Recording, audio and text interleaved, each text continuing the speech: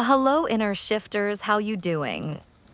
Your host, Sophia here. Let's begin with the simplest, yet most underestimated companion on any journey, hydration. It's one of those quiet heroes in the background of good health, especially when you travel. Whether you're walking through airport terminals or exploring winding alleyways in a new city, your body's whispering, please remember me. And the first thing it's asking for, water. Clara found this out the hard way. She had landed in Lisbon, glowing with excitement, backpack full of dreams, camera in hand, ready to let adventure lead. But the first day, headache, fatigue, dry mouths. She chalked it up to jet lag, the travel rush. But the second day felt worse. She couldn't focus. Her energy dipped in waves. When she finally messaged me, I asked one gentle question: how much water have you had? She paused, thought, 2 coffees, she replied. That's the thing, travel can disguise dehydration. We get so caught up in sights and schedules, we forget that our bodies are adapting constantly. Different altitudes, different air, different foods, all of them changing how your body processes and retains fluid. And when hydration slips, everything follows. So Clara bought a bright blue reusable water bottle, not fancy, just sturdy. She started carrying it everywhere, refilling it at museums, restaurants, even asking her Airbnb host for filtered refills. She added lemon slices when she wanted it to feel refreshing. And within 2 days, her energy came back. Her focus returned, her mood lighter, steadier. And it's wild, she told me, how different travel feels when your body isn't thirsty for everything. Mateo had a similar revelation, though his came mid-hike in the Andes. He'd packed gear like a pro, layered for weather, snacks, trail shoes. But he only brought one small water bottle, convinced he didn't need much for a short hike. The path took longer than expected, the sun harsher. By the time he reached the overlook, he felt dizzy, foggy. His head pulsed like a drum. He had to sit for almost an hour before hiking back down, worried, frustrated.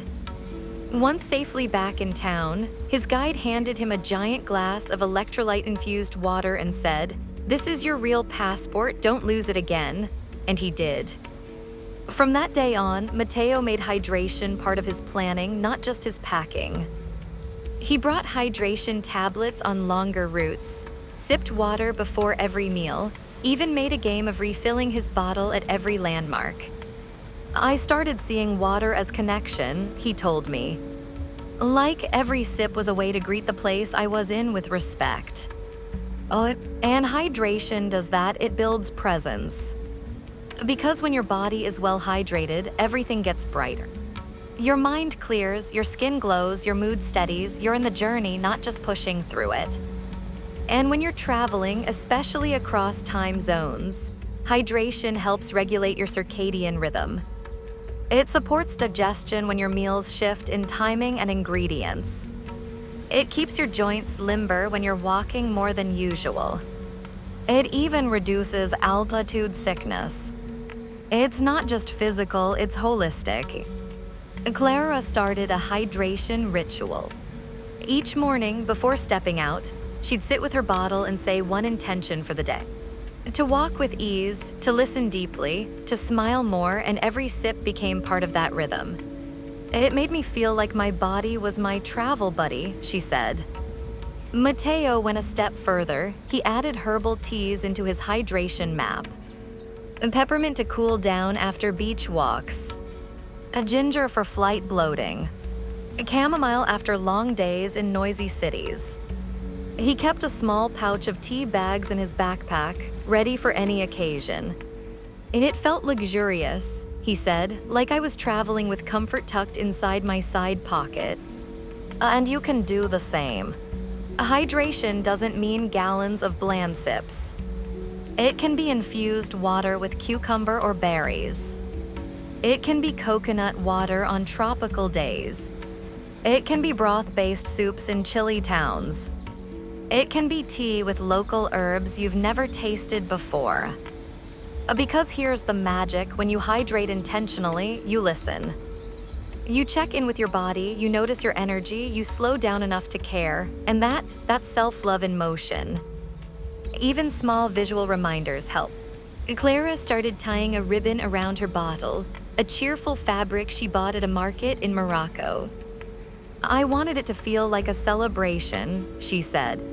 Matteo set hourly reminders on his phone while traveling and it wasn't annoying, he said. It was like a friend nudging me gently. And on flights, hydration is your guardian angel.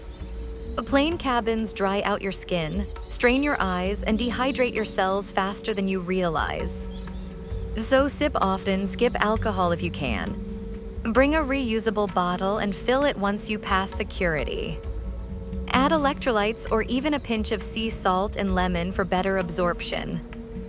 Clara now packs rosewater mist for her face during flights, a way to hydrate externally, while sipping mint tea internally.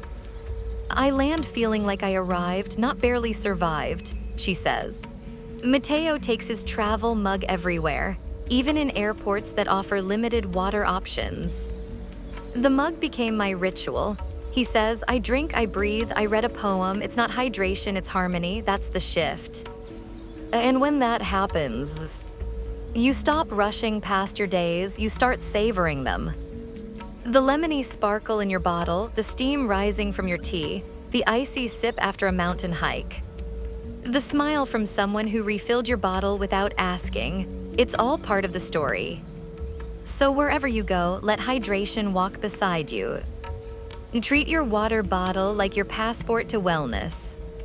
Let your sips be sacred, let your body feel held. Let every drop remind you, I'm here, I'm alive, I deserve ease. Moving daily while traveling isn't just about exercise, it's about aliveness. It's about staying connected to your body when everything else is unfamiliar. Travel, as exhilarating as it is, can knock your rhythms sideways, flights and time zones, street food and long lines. And movement, that's how you recalibrate, how you come back to yourselves. Clara first felt this disconnection on a trip to Prague. She had gone with her best friend, both of them craving magic, cobblestones and pastries.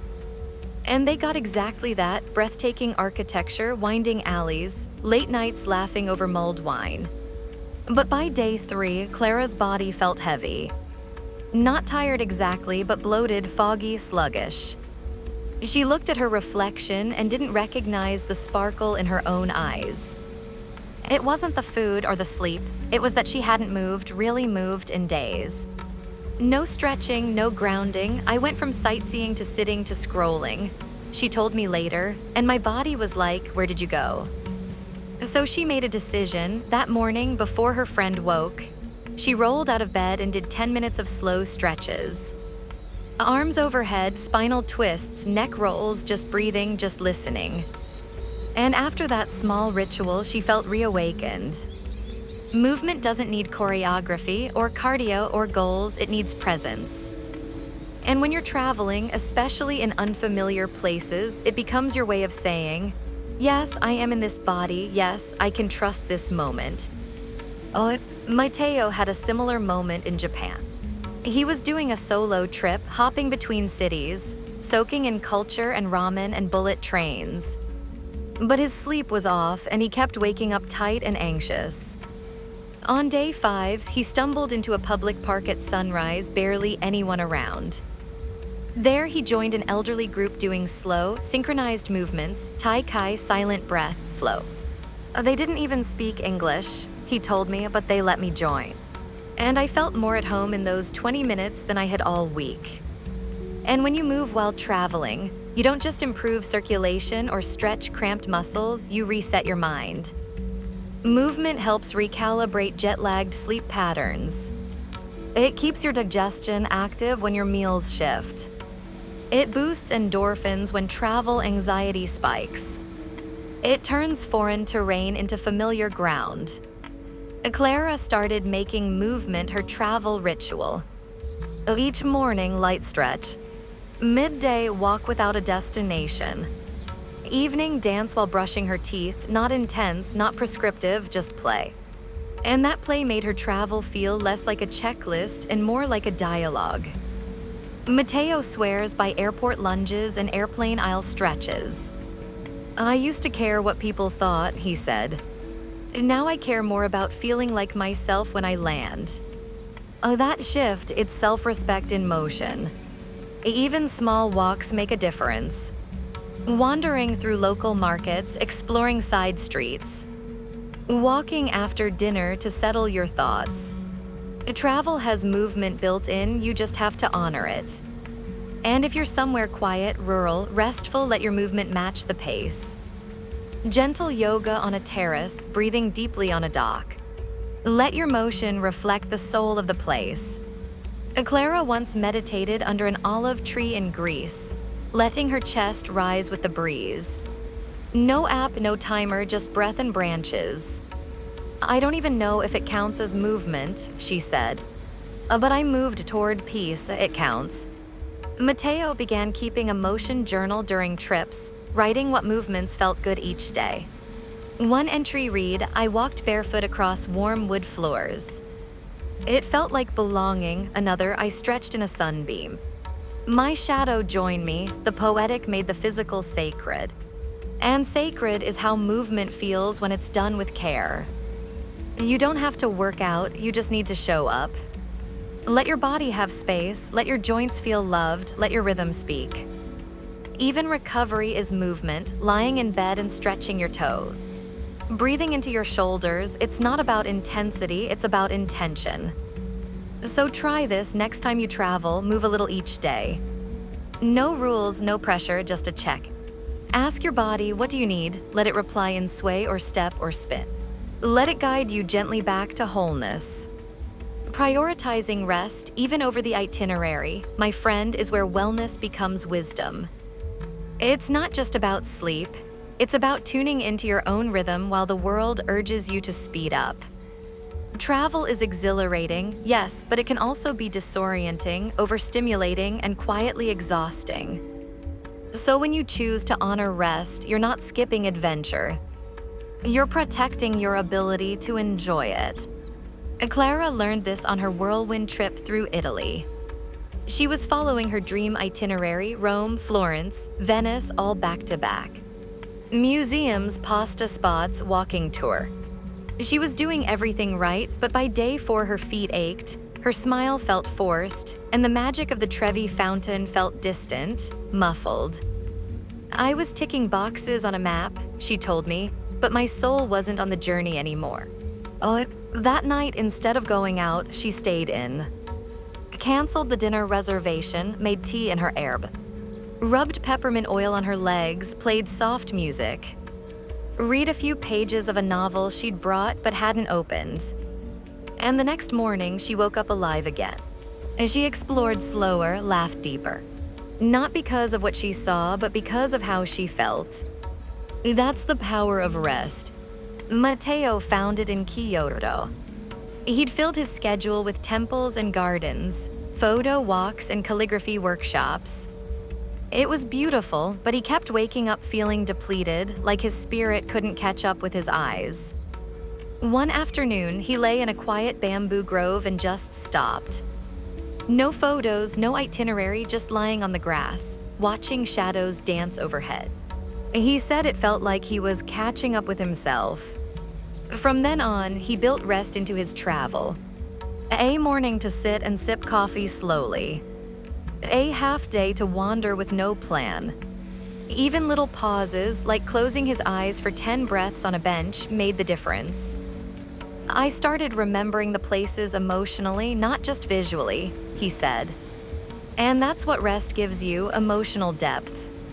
When your body is regulated, your heart can pay attention. Your mind can absorb the beauty. You start noticing bird songs between buildings. The kindness of a waiter. The way the sunlight hits ancient stone, rest creates capacity. Sleep, of course, is central. Jet lag, unfamiliar beds, and travel tension can all mess with sleep quality. So create little rituals, bring calming scents, lavender or sandalwood. Pack earplugs or a sleep mask, play soothing music or ambient sounds. Honor your sleep as much as your sightseeing.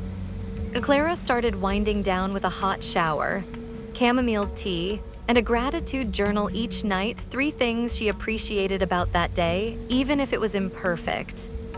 That tiny ritual soothed her nerves and turned each day into a treasure chest. Even the frustrating days felt softer by bedtime, she said. Mateo carried a satin scarf infused with calming oils and wrapped it around his pillow every night. And it felt like carrying comfort, he said. Your body remembers scent, softness, rhythm. Give it those cues and it will respond in kind. Rest also means knowing when to say no. No to the extra museum, no to the midnight outing, no to pressure disguised as spontaneity. And saying yes to sleep, to silence, to stillness. Clara once missed a sunrise hike that everyone swore was unmissable. I wanted the mountain, she said, but I needed the naps. And what she got instead, a gentle morning walk later that day, less dramatic, but profoundly peaceful. That's the trick. Rest makes room for unexpected joy. It removes the edge, it teaches you to savor, it welcomes beauty on its own time. Even midday rests matter. Lie in a park, sit quietly in a cathedral. Read by the window while the city hums outside. These are not wasted moments, they are integrated ones. Your nervous system will thank you. Mateo once missed a train because he chose to rest and take a longer lunch. I thought I messed up, he said. But then I met a couple on the next train who invited me to their village festival.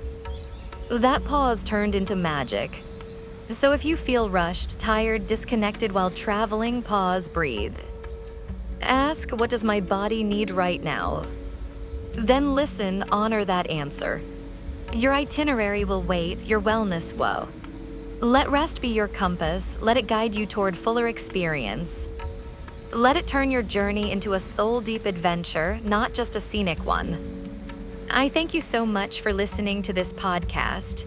Remember to like, follow, subscribe, and do all those lovely things you wonderful people do. I'll see you next time.